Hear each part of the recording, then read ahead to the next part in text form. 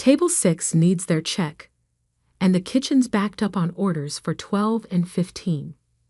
My assistant manager, David, appeared at my shoulder with his usual evening urgency as I reviewed the night's receipts at the host station. Tuesday evenings at Harvest were typically manageable, but tonight felt different. The energy was charged, almost electric, in a way that made my instincts prickle. I had been running restaurants for 22 years, starting as a dishwasher at 16 and clawing my way up through every position imaginable. Now, at 38, I owned 5 successful establishments across the metro area, with Harvest being my flagship location in the heart of downtown. The mahogany bar gleamed under warm Edison bulb lighting, and the open kitchen allowed diners to watch my chefs work their magic with locally sourced ingredients. Everything about this place reflected the vision I'd built from nothing. Tell Kitchen to prioritize 12. They're celebrating an anniversary, I instructed David, making a note in my leather-bound manager's log. And send Table 6 a complimentary dessert with their check. The gentleman mentioned it's his wife's birthday. David nodded and hurried away. These details mattered. They were the difference between a good restaurant and a great one, between customers who returned once and those who became regulars. Every decision, every interaction, every perfectly timed course was part of a symphony I'd spent decades learning to conduct. I was adjusting the fresh orchid arrangement near the entrance when the front door burst open with enough force to rattle the glass. The hostess, Jennifer, jumped back as a figure strode through the doorway like he owned the place. My stomach dropped before my brain even processed who it was. Marcus, my older brother by 3 years, though you'd never know it from his behavior. He looked exactly the same as when I'd last seen him 4 years ago at our father's funeral, just a little grayer around the temples, and wearing what appeared to be an expensive suit that somehow managed to look cheap on him. His face carried that familiar expression of righteous indignation that had defined our childhood interactions. "Where is she?" Marcus demanded of Jennifer, his voice booming across the dining room. Several customers turned to stare, their conversations faltering. "Where's my sister?" Jennifer's eyes found mine, wide with uncertainty. I straightened my shoulders and walked toward him, my heels clicking against the polished concrete floors. Every step felt measured, deliberate. I wasn't the scared little sister anymore who used to hide in the kitchen pantry when Marcus brought his friends over. "Hello, Marcus," I said evenly, stopping just close enough to keep our conversation from becoming a complete spectacle. "What brings you to my restaurant?" His laugh was bitter, the same dismissive sound I remembered from our teenage years when he'd mock my dreams of opening my own place. "Your restaurant? That's rich, considering Dad built this empire." I felt my jaw tighten, but kept my expression neutral. "Dad never owned a restaurant, Marcus. You know that. Don't play stupid with me, Victoria." He stepped closer, and I caught the faint scent of alcohol on his breath. Day drinking, apparently. Some things never changed. The family business. All of this. He gestured broadly at the dining room, the bar, the carefully curated atmosphere I'd spent years perfecting. Dad always said it should be split equally between his children. The absurdity of the statement hit me like a physical blow. Marcus, who had left home at 18 to join a friend's band and had spent the last 20 years drifting between odd jobs and get-rich-quick schemes. Marcus, who hadn't spoken to our father for the final 5 years of his life, because Dad refused to loan him money for yet another failed venture. Marcus, who couldn't be bothered to help when Dad was dying of cancer, leaving me to handle everything from medical decisions to funeral arrangements. "You're drunk," I said quietly, "and you're disturbing my customers. I think you should leave." His face flushed red, the way it always did when someone challenged him. I'm not going anywhere until we settle this. Dad always promised that his kids would inherit equally. You can't just cut me out because you were the favorite. The favorite. The word was so ludicrous I almost laughed. I had been the one who stayed close to home, who visited Dad every Sunday, who held his hand during chemotherapy treatments while Marcus was somewhere in California claiming to be finding himself. I had been the one who paid Dad's medical bills when his insurance fell short, who organized his medications, who made sure he had groceries and companionship during his final months. But I hadn't done any of that for inheritance or recognition. I'd done it because it was right, because he was my father, and because Marcus had made it clear years earlier that family obligations weren't his priority. Marcus, you need to calm down, I said, my voice still steady despite the rage building in my chest. We can discuss this privately in my office if you'd like, but not here. Not in front of my customers. Your customers?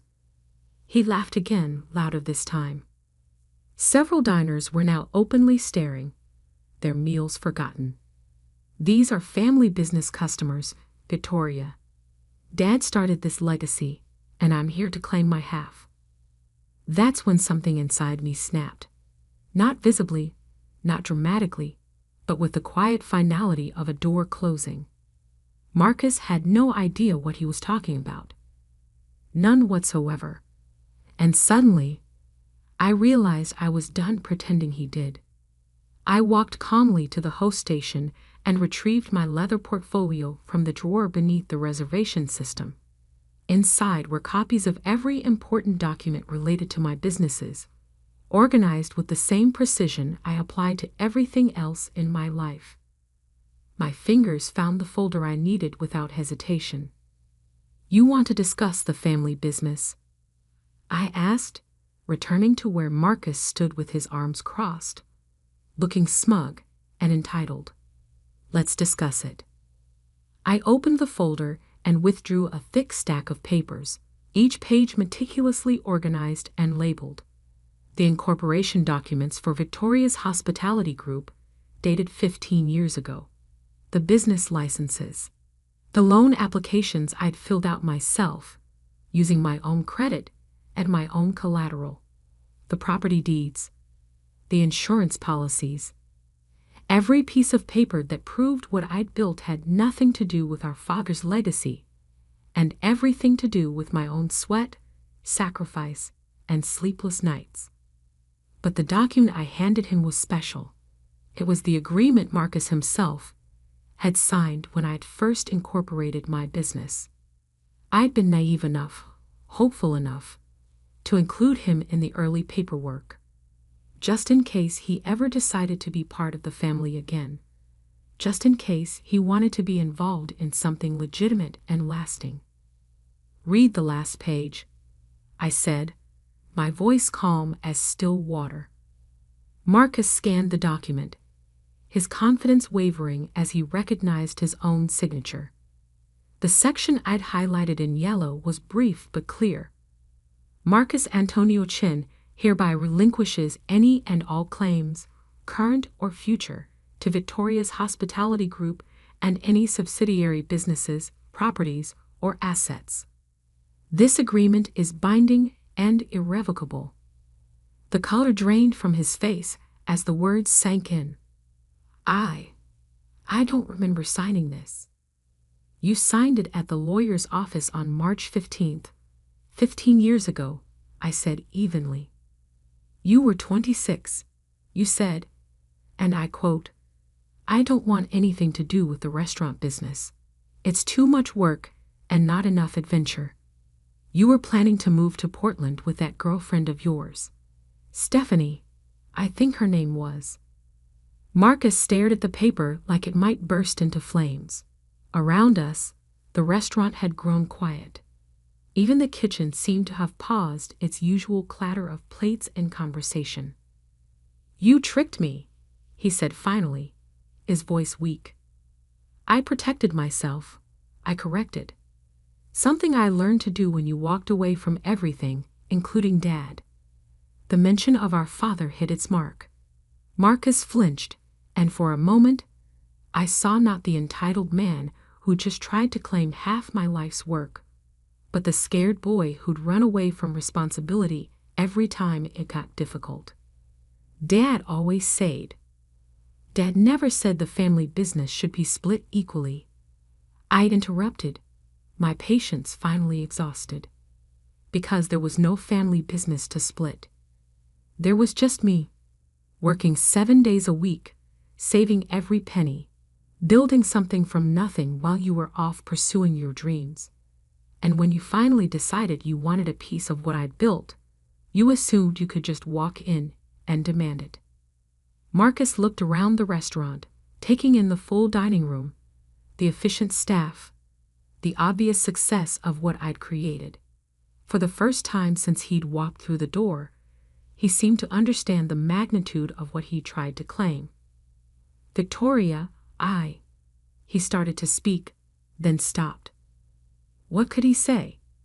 That he'd spent 20 years ignoring our family, and now deserved half of everything I'd worked for.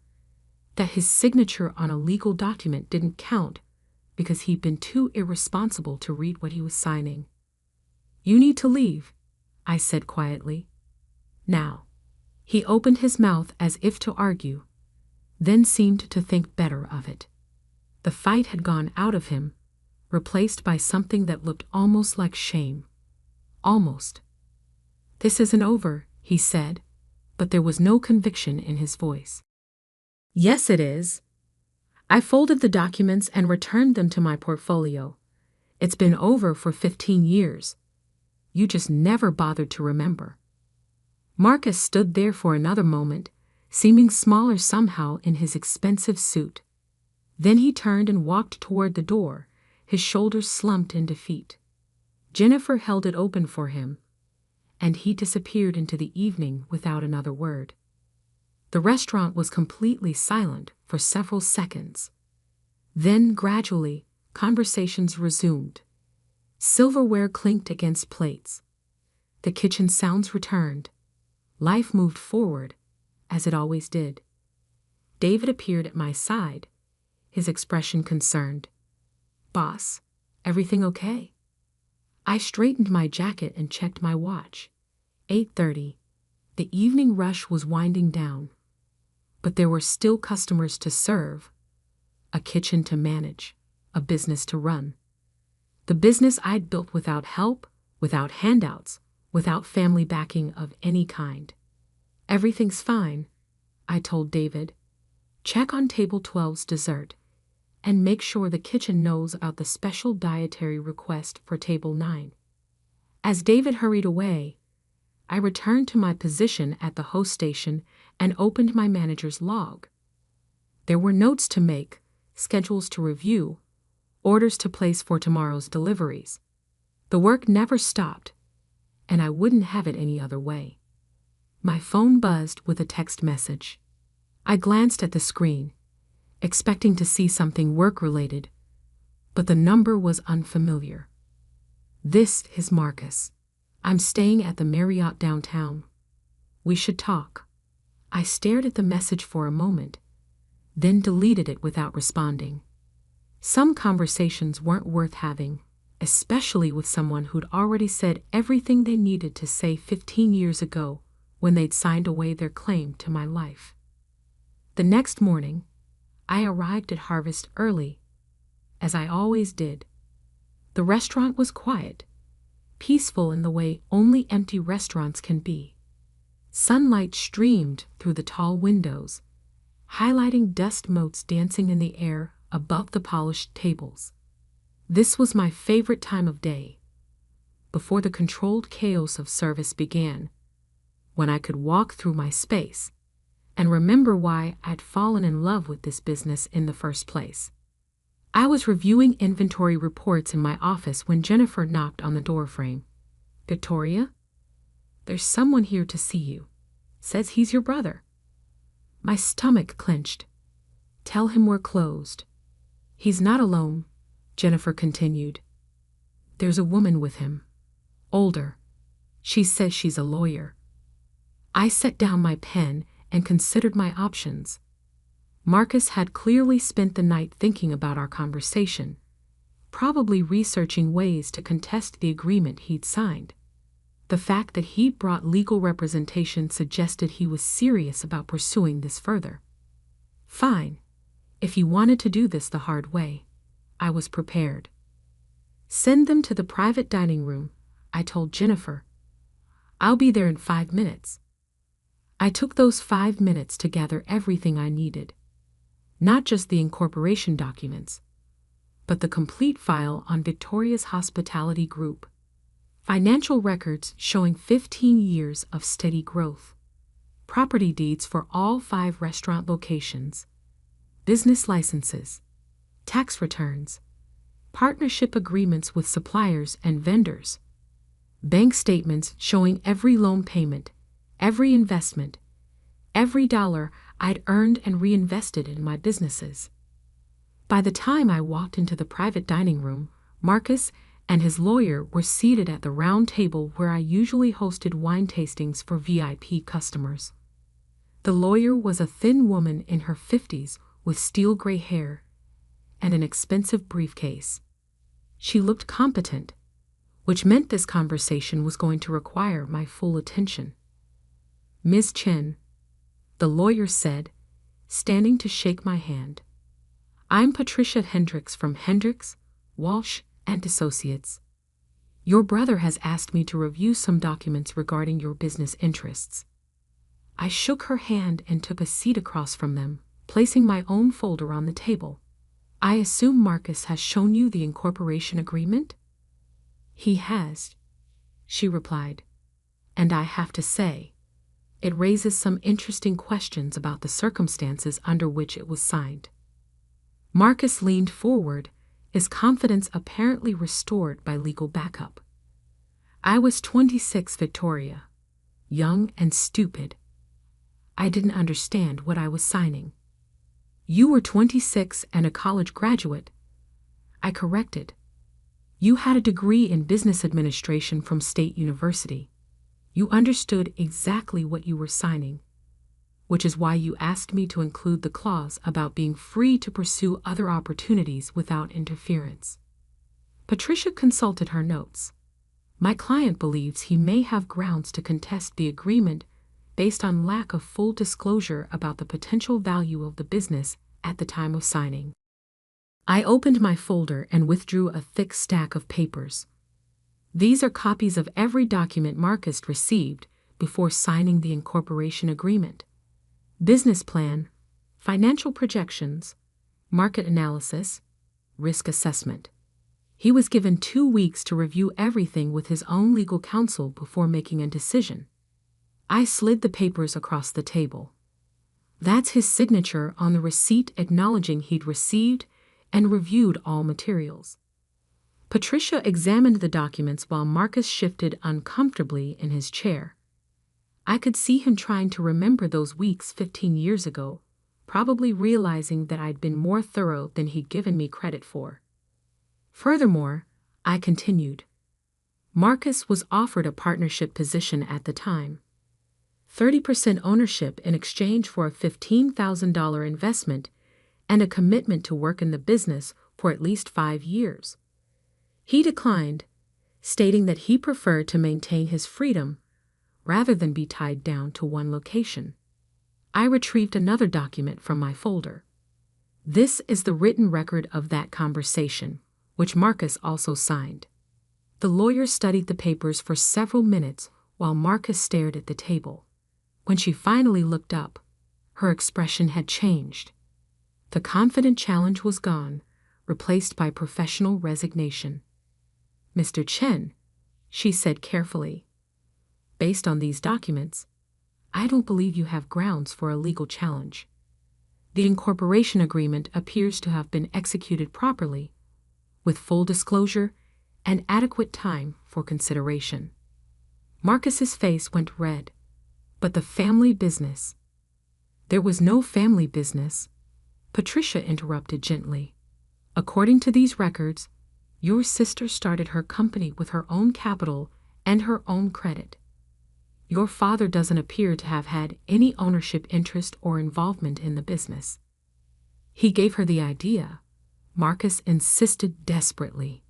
He always talked about opening a restaurant. Talking about something and actually doing it are very different things, I said. Dad dreamed about a lot of things. Playing professional baseball, writing a novel, opening a restaurant. But dreaming and building aren't the same thing. The room fell silent. Patricia was organizing her papers, clearly preparing to leave. Marcus was staring at his hands, the reality of his situation finally sinking in. There is one option, Patricia said carefully. Your sister could choose to voluntarily modify the original agreement.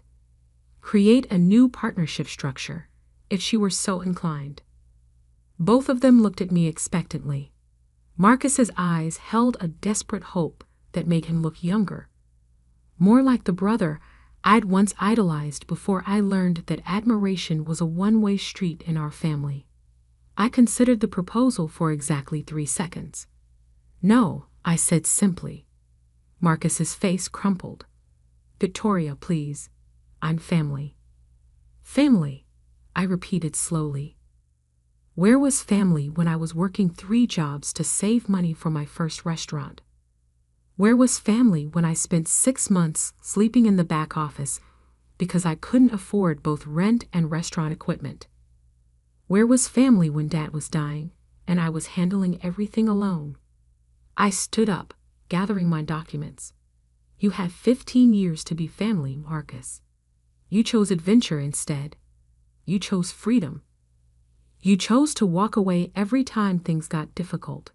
And now you want to walk back in and claim half of what I built while you were gone. I made mistakes, he said quietly. You made choices, I corrected. And so did I. I chose to stay. I chose to work. I chose to build something lasting. And I chose to protect it from people who only show up when there's something to gain. Patricia closed her briefcase with a decisive snap. Mr. Chen, I think we're finished here. I'll send you a full written assessment. But my preliminary opinion is that your sister's position is legally sound. After they left, I sat alone in the private dining room for several minutes, looking out at the main dining area where my staff was setting up for the lunch service. In a few hours, this place would be full of customers enjoying meals prepared by chefs I'd trained, served by waitstaff I'd hired, in an atmosphere I'd created from nothing. Marcus had called it the family business, but he was wrong. This wasn't a family business. It was my business, built on my terms, with my vision, through my dedication. The fact that I shared DNA with someone who wanted to claim it didn't make it theirs. My phone buzzed with another text from Marcus. Can we please talk without lawyers? Just us. I read the message twice, then typed my response. We did talk. 15 years ago. You said you wanted nothing to do with the restaurant business. I respected your choice then, and I'm holding you to it now. I hit send and blocked his number. 3 months later, I was reviewing plans for my 6th restaurant location when David knocked on my office door. Boss, there's a guy outside who says he's your brother. He's not causing trouble, just sitting in his car across the street. Thought you should know. I looked out my window and saw Marcus's rental car parked under a streetlight. He'd been coming by once or twice a week, never entering, never confronting me, just sitting there like he was working up the courage for something. Leave him alone, I told David. He's not hurting anyone. You sure? I could call the police if he's harassing you. He's not harassing me, I said. He's just figuring out what he lost. That evening, as I locked up the restaurant, I walked past Marcus's car on my way to the parking garage. He rolled down his window as I approached. Victoria, he said quietly. "I just wanted to say I'm sorry. Not for trying to get part of your business, but for not being there when you were building it. And for not being there when Dad needed us." I stopped walking but didn't move closer to the car. "Okay. I know I can't undo 20 years of being absent," he continued. "And I know you don't owe me anything.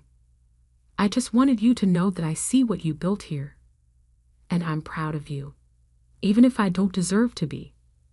For a moment, I saw the brother I'd once looked up to, before he chose an escape over responsibility, before he decided that family was optional. It was tempting to soften, to offer some kind of reconciliation or olive branch. But forgiveness and trust were different things, and trust, once broken repeatedly, couldn't be repaired with apologies alone. "Thank you for saying that," I told him, "but it doesn't change anything." He nodded, understanding. "I know, I just needed to say it." Marcus rolled up his window and drove away. I never saw him again, though I heard through mutual acquaintances that he'd moved back to California and was working as a restaurant manager for someone else's chain. Apparently, he'd finally developed an appreciation for the business he'd once dismissed as too much work. 5 years later, I opened my 10th restaurant location. The food critic from the city's largest newspaper wrote a feature article about my restaurant empire, calling me one of the most successful entrepreneurs in the hospitality industry. The article mentioned my humble beginnings, my innovative approach to local sourcing, and my commitment to employee development. It didn't mention Marcus at all. Why would it?